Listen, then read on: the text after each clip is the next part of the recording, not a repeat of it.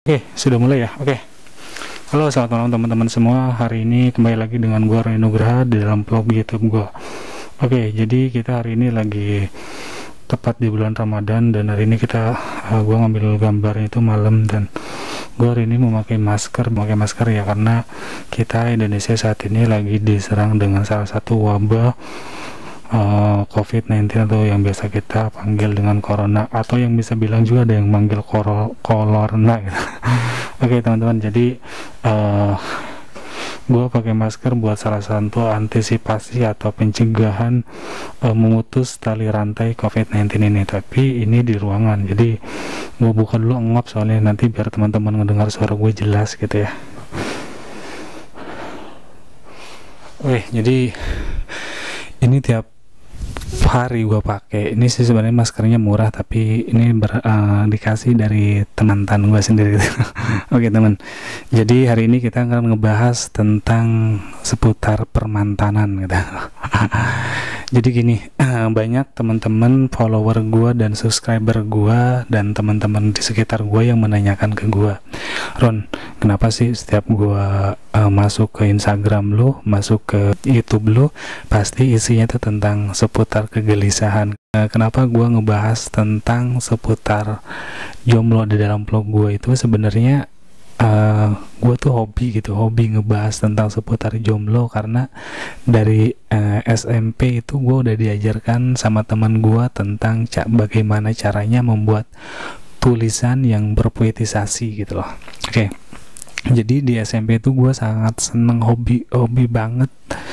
Dari 18 pelajaran yang gue hobiin di masa MTS gue itu ya salah satunya bahasa Indonesia ini.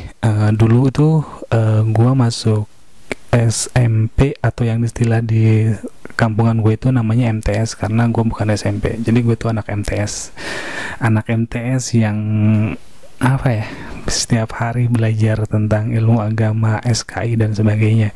Jadi mayoritas kalau di MTS itu kita lebih belajar ke pendidikan agama, dan formal pun ada tetapi tidak digenjot secara ini, tapi kita kalau di MTS itu kita belajar tentang ilmu-ilmu yang berkaitan dengan syariat Islam.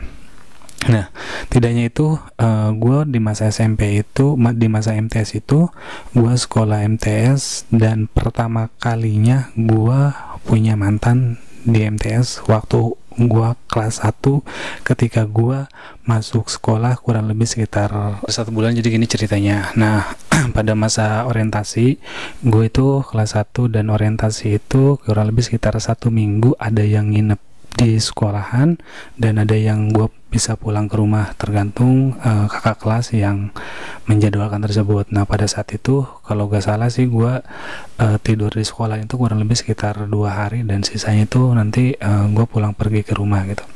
Nah setelah pada berjalannya ospek itu banyak sekali teman-teman gue yang laki-laki dan yang perempuan, orang-orang yang baru yang gue kenal pada saat itu, dan dari sekolah manapun mereka pada masuk ke situ, dan gue di situ menemukan orang-orang baru, termasuk gue waktu itu pernah gue naksir sama seorang perempuan, namanya adalah satu kelas sama gue, dan gue tuh sangat suka banget sama dia gitu. Sambil jalannya waktu ternyata ada lagi yang suka sama gue, tapi itu tuh bukan bukan satu kelas sama gue, tapi itu kakak kelas gue. Setelah ospek berjalan, gue di situ mendapatkan salah satu keistimewaan karena ada kakak kelas gue yang suka sama gue. Jadi kalau misalnya emang ada lagi ada tes apa gue selalu diloloskan dengan lapang dada gitu. Jadi setelah selesai ospek itu setelah selesai ospek seminggu kemudian gue lagi asik-asik di dalam kelas, tiba-tiba orang yang satu kelas sama gue yang dulu pas ospek gue suka itu selalu ngirim nyamperin gue, ngasih kode gitu lah ke gue, tapi gue ngelihat dia ya biasa-biasa aja. Gue gak suka sama satu kelas sama gue tuh, justru gue lebih sukanya sama yang kakak kelas itu. Gue daripada gue ditolak ya mending gue diam-diam aja gitu pada saat itu. 2 minggu kemudian pas gue mau sholat, Kalau di MTS itu dulu kita ada sholat berjamaah zuhur namanya. Kalau misalnya pagi kita dua bersama, kalau misalnya zuhur kita ada berjamaah, dan di situ tuh ada masjid buat sholat berjamaah, tetapi masjid sama tempat wudhunya itu lumayan jauh, kurang lebih sekitar 1 kiloan lebih sih kalau gue salah. Nah, dari kelas gua mau ngambil wudhu itu biasanya gua lewat ke kelas 3 itu kan. Pas gue lewat sama teman gue mau wudhu ke situ, tiba-tiba saudara gue yang perempuan yang anak kelas 3 itu manggil gue, "Ron, kesini," katanya. Gue samperin kan, gue malu-malu banget. Gue masuk ke kelas dia itu, gue lewat persis di depan orang yang gue suka gitu, dan gue lewat sama dia, gue kayak termesem-mesem gitulah, seneng, antara seneng dan enggak gitu. Setelah itu gue ketemu sama saudara gue, tiba-tiba saudara gue buka buku dan ngasih amplop warna kuning lah amplopnya itu. Setelah itu, "Ron, ini ada amplop dari teman aku," katanya, namanya si A, "tapi ini amplop," kata saudara gue, "ini amplop lu bawa pulang ke rumah, buka di sini, nanti bukanya kalau misalnya kamu sudah sampai rumah." Gue penasaran kan sama isi amplop ini tuh apa gitu. Udah tuh gue ambil, "Oke teh, nanti aku bawa dulu ya teh, nanti paling aku bukanya di rumah kalau misalnya aku udah sampai ke rumah," gitu. Setelah itu jam 1, jam setengah 2 gue pulang sekolah. Nah, dari perjalanan sekolah ke rumah gue itu kurang lebih sekitar 1,5 jam perjalanan, dan waktu itu pada saat itu gue jalan kaki paginya. Nah, yang perlu teman-teman ketahui, jadi pada saat gua sekolah SMP itu belum ada yang namanya handphone kayak sekarang. Kalau sekarang kita enak ada handphone, ada Facebook, Instagram dan sebagainya gitu. Kalau dulu tuh gak ada. Jadi kalau misalnya emang gue suka sama perempuan, apa perempuan suka sama gue, ya pasti antisipasinya itu kalau misalnya emang kita gak berani ngomong, ya kita dikasih surat. Jam setengah 3-an lah gue sampai rebahan. Gue penasaran kan sama isi surat yang dikasih sama saudara gue ini sebenarnya isinya apa gitu. Gue buka, terus isinya itu gue masih ingat banget, "Tuh Roni di tempat, Assalamualaikum warahmatullahi wabarakatuh. Halo Roni, apa kabarnya, bagaimana sekolahnya, nyaman apa tidak," terus bla bla. Intinya sih dia menyatakan, "Aku semenjak lihat ospek dulu sampai sekarang tuh, kenapa ya aku jadi suka sama kamu," gitu.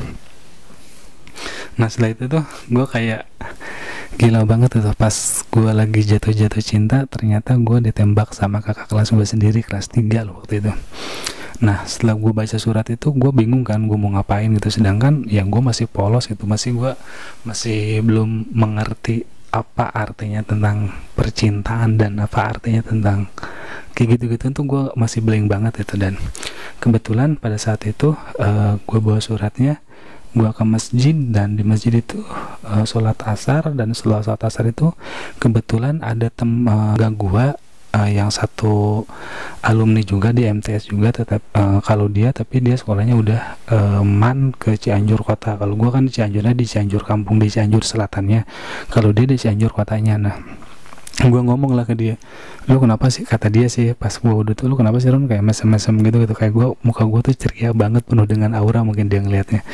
Wah, mungkin si temen gue itu udah punya prasangka bahwa gue kayaknya lagi jatuh. Aing ditembak usaha ku kelas 3, iya suratnya ya. Dengan pedenya kan gue keluarin suratnya itu di saku baju koko gue tunjukin dia, "Lah serius lu ditembak sama kelas 3," katanya. "Oh iya bener, gue ditembak kelas 3," gue dengan pedenya gitu. "Ya udah, ini lu mau balas apa gimana?" "Ya sebenarnya mau gue balas, tapi abdi bingung balasnya kumaha," siapa kan bahasa Sunda kan, "tapi gue bingung balasnya gimana gitu." "Ya udah, kita ke rumah gue aja," kata dia kan gitu. Dia ngajak ke rumahnya. Setelah ke rumahnya itu, gue ngobrol panjang lebar. Dia menceritakan perjalanan kisah cintanya dia pas di MTS sampai di MAN itu gitu. Dia menceritakan bla bla bla bla semuanya. Akhirnya ya udah Ron, itu waktu itu ngambil kardus gede banget, segini lah paling, kardusnya itu seginian, dan itu tuh isinya surat semua gitu, surat percintaan semua. Nah, di situ gue diajarin lah sama dia, lu baca dulu deh ini, katanya, baca dulu. Gua waktu itu gue bacakan satu persatu suratnya. Anjir, semua isi suratnya itu benar-benar puitis banget, sumpah deh, puitis banget. Dan gue di situ kayak Aduh keren juga nih si Akang, si A pindah ke Cianjur kota jadi bahasanya jadi puitis kayak gini. Dan pada saat itu tuh gue belum ngerti apa yang namanya puitis dan sebagainya, tetapi ketika gue baca tulisan dia, gue mulai otak gue tuh mulai sedikit terangsang, gue mulai sedikit terbuka gitu, bagaimana gue harus membuat harus seperti dia gitu, dalam artian pokoknya gue harus seperti dia gitu, gue harus jadi playboy seperti dia gitu. Tetapi setelah itu tuh gue sambil baca dia, akhirnya dia membalas surat yang si cewek itu kasih ke gue, dan setelah itu dia tulis, dia balas, akhirnya gue baca kan, terus dia jawabkan tuh bla bla bla, waalaikumsalam, terus dia jawabkan kan, waalaikumsalam warahmatullahi wabarakatuh. Ya gue masih ingat banget sih, ya sebenarnya dari mulai pertama aku masuk MTS sampai sekarang tuh jujur aku tuh suka sama kamu, tetapi aku tidak berani untuk menyampaikan dengan alasannya ya karena aku khawatir ditolak sama kamu gitu. Dan setelah aku nerima surat ini, aku jadi yakin sama diri aku sendiri, dan aku jadi yakin sama kamu bahwa kamu adalah pasangan terakhir di dalam hidup aku gitu. Dia balas kayak gitu bos dalam surat tersebut.